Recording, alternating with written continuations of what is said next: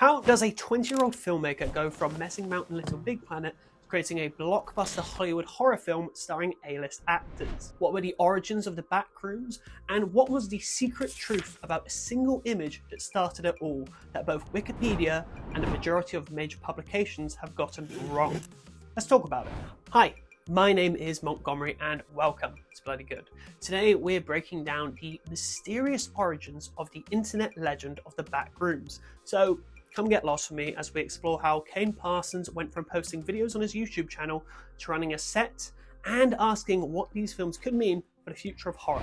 It was May 12, 2019 when the mysteries of the Backrooms began on a site called 4chan, an anonymous forum that has enough of its own lore that would make for its own horror film at this point. On the forum/X, a user posted the image accompanied by the text, "Post disquieting images that feel off." While other users responded with their own images, it was one day later when an anonymous user left a comment that would change the internet forever. If you're not careful and you noclip out of reality in the wrong areas, you'll end up in the Backrooms, where it's nothing but the stink of old moist carpet, the madness of mono yellow, the endless background noise of fluorescent lights at maximum hum buzz, and approximately 600 million square miles of randomly segmented empty rooms to be trapped in. God save you if you hear something wandering around nearby, because it sure as hell has heard you. After this, the legends of the Backrooms began to spread, and like the lifeline of most things on the internet that started on 4chan, then moved to Reddit, where it slowly spread out to different social media platforms. On Reddit, stories began to pop up about people's encounters with the Backrooms on both r/creepypasta and r/backrooms. There was even an in-universe Wikipedia created similar to the SCP Wiki, a documentation of events, characters, monsters, and objects written from the perspective of being in the universe, covering the many levels of the Backrooms to objects and other mysterious things found. But what was the image that started it all? Well, for many years this remained a mystery. Now, if you look at most articles online, you'll find that the image wasn't discovered until May 2024 by the friend of Twitter user TJXZ_Z.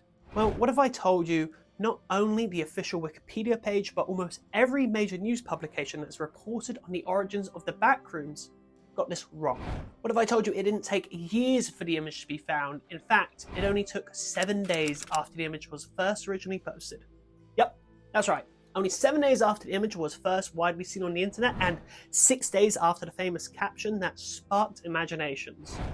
On the 19th of May 2019, a Twitter user by the name of RKFG_me said he'd found the image 5 years before they would be rediscovered and circulated online once more. The images were found using the Wayback Machine and come from the website of a hobby shop in Wisconsin, of all places, in 2003. The shop was being renovated from a furniture store to a hobby town. On the website, only 2 images survive. The original that inspired the Backrooms and one from the same room taken from a slightly different angle. The hobby town is still operational to this day, albeit currently under new management. While a single image could be expected to go on to inspire some creepypastas and the odd meme here or there, what no one could have predicted were the series of short films that would be created inspired by the stories of the Backrooms. It was in 8th grade when a young Kane Parsons would first see the image. He saved the image to his computer, fascinated by the mysteries that lay behind such mundanity. Parsons grew up sharing a room with his brother and was raised by his father, a VFX artist, and his mother, a therapist. And if you're starting to think, that sounds like a recipe for a future horror director, you're not the only one, with Parsons saying in an interview, "The two of those perspectives probably have shaped many things in many ways that I could not even begin to start expressing." Early on in his life, he was drawn to sandbox games, such as The Amazing Little Big Planet, where he would create his own worlds, messing around with the lighting engine, and exploring worlds in games like Minecraft, and messing about in Garry's Mod, which he still plays to this day with his friends, playing backroom maps based on his own short films, which is like not only one of the best games of all time, but fucking love this dude is just still playing Garry's Mod. That's great. While it wasn't through his dad's direct influence that he would move to 3D modeling and VFX work, he would start creating short films based on the worlds of Portal 2 and even getting recognized by a number of film festivals. And it was around the age of 13 at the time, so yeah, just let that sink in for a second. He then went on to make a series of videos based on the popular anime Attack on Titan, and these were some of his earliest works to truly make large waves on the internet. He created a series of music videos and 3D renders inspired by the series. However, when making these, he couldn't stop thinking about that image he'd seen on the internet all those years earlier. Parsons has said in interviews that he developed a fascination with these photos of liminal spaces, a term developed for photos that have an eerie sensibility about them, have the feeling of an environment that had been abandoned, forgotten about, but also nostalgic. Popular images of these include the original Backrooms photos, of course, but also photos of an airport in Heathrow, London, that was later used in the Backrooms series, as well as many, many others. The original idea for the short was to take one of these spaces, specifically the original Backrooms photo, and using the open source 3D rendering software Blender that Parsons had been using to create many of his previous shorts, he wanted to figure out why he couldn't stop thinking about the original image, saying he wanted to scratch that itch of why the fuck does this picture make my brain feel so strange?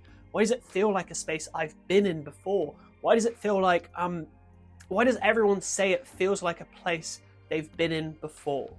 He wanted to utilize the idea of exploring places in the style of found footage, similar to films like Blair Witch, which we've previously talked about on this channel, and the many other pieces of horror the film's gone on to inspire.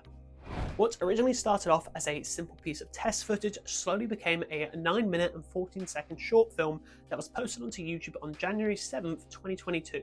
But it wasn't an immediate explosive success. In fact, doing some deep dives on Reddit, it seems like the video started to gain traction when it was posted by the Reddit user Conro Mako on the r/Backrooms subreddit, where Parsons himself commented that he'd previously posted a video on the subreddit without it gaining much traction. However, this would change quickly, be it the post on Reddit or the almighty YouTube algorithm picking it up. The video went from 871 views in its first month to over 10 million in its second month, and currently sits at 78 million views on YouTube. Many of the original comments on the Reddit post question if this was real filmed footage or 3D animated footage. This video pushed the Backrooms, moving from a small internet niche into almost its own genre, spawning parodies and imitators. While others may have felt pressured by the initial success, Parsons had laid out a delicate plan to keep a consistent story and through line for the ongoing story and lore of the Backrooms. He's even gone on record in multiple interviews to state how he hates the idea of retcons, and has even had it in his mind how the Backrooms film will tie into the story of the original 22 short films. It was in February of 2023 when Ejiofor announced that not only had the official Backrooms film been greenlit, but that it was Parsons himself who was going to direct the film at 19 at the time of the announcement. This made him the youngest director ever be signed on to an Ejiofor film. Unlike the original short, however, the filmmaking team wanted to take a practical approach to making the Backrooms for the big screen. The crew built a 30,000 square foot labyrinth of the Backrooms that was so confusing that members of the cast and crew would frequently get lost on set, with one of the film's stars, Oscar winner Chiwetel Ejiofor, saying, especially on those first days as you try and navigate your way around and you're like, I'm sure it's this door, I'm sure that's the way, and you find yourself just back in the wrong corner of the whole studio, and you're like, get me some help. The team didn't just get lost in the Backrooms on set, with producer Chris Ferguson covering the walls of the edit suite in the same wallpaper used for the Backrooms. So even when filming wrapped, when it came time for Parsons to work on the edit of the film, he was still stuck in the Backrooms. The Backrooms is releasing, well, yesterday if you're watching this on the day of uploading, and I truly wish for nothing but this film's success. We have directors like Parsons and Curry Barker, who directed Obsession, another amazing horror director who got a start in internet filmmaking. It feels like horror is entering back into a time of the 90s, where young independent directors like Quentin Tarantino, Robert Rodriguez, and Kevin Smith were being given chances by large studios to work on passion projects that started a brand new era of filmmaking, and I hope this trend continues, seeing directors who truly care about horror with unique stories to tell. And I'll leave you with this last quote from Parsons that I think truly sums up the type of filmmaker he is. The Backrooms is not, and never has been, something that I think about as an internet trend or meme.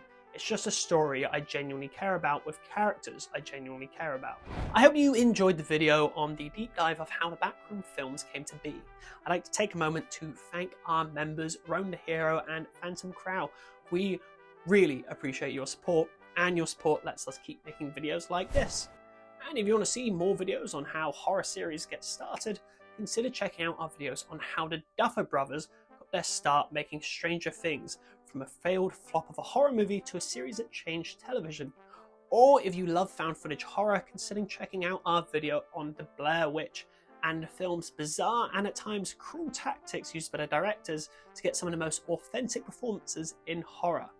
In the meantime, I've been Montgomery. It's been bloody good. Thank you so much for watching.